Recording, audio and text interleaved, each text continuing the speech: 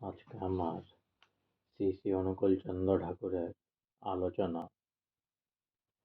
আচার্যদেব শ্রী শ্রী দাদার আশীর্বাদে সাম্প্রতিক কালে ইষ্টবার্তাবাহী কর্মীরা ইষ্টকর্মে অধিকতর সজাগ ও সচল হয়ে উঠেছেন।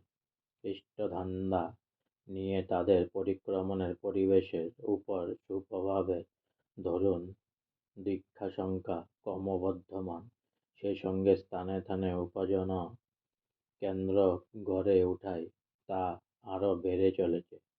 উৎসবে আশ্রমে ভক্ত দর্শনার্থীদের বাস উপযোগী বহু স্থায়ী প্যান্ডেল নির্মিত হয়েছে। বর্তমানে আশ্রমে স্থায়ী প্যান্ডেলের মোট আয়তন ৮৩,৮২৫ বর্গফুট। অন্যান্য বারের মতো এবারও বহু স্থায়ী অস্থায়ী প্যান্ডেল নির্মিত হয়েছে, যার আয়তন ৩,৬৬,৭৫৮ বর্গফুট। এ উৎসবের আশ্রমে গেস্ট হাউসগুলি পূর্ণ ছিল।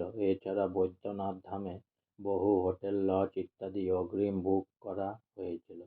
কয়েকদিন ধরে ভক্ত সমাগমে সৎসঙ্গনগর ও পার্শ্বস্থ জনপদ উত্তাল হয়েছিল। উৎসবের দিনগুলিতে প্রশাসনের আনুকূলে রাজনারায়ণ বসু রাস্তাটি যানবাহনের ক্ষেত্রে নো এন্ট্রি রাখা হয়।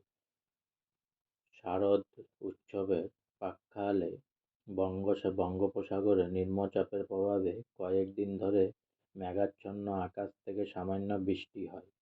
আকাশ পরিষ্কার হতেই কিঞ্চিৎ শীত অনুভব হতে থাকে।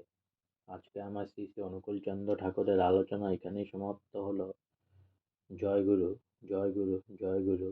আমার গুরু ভাই বোনেরা অনেক অনেক সাবস্ক্রাইব করুন আমার চ্যানেলটি, অনেক অনেক লাইক করুন। জয় গুরু।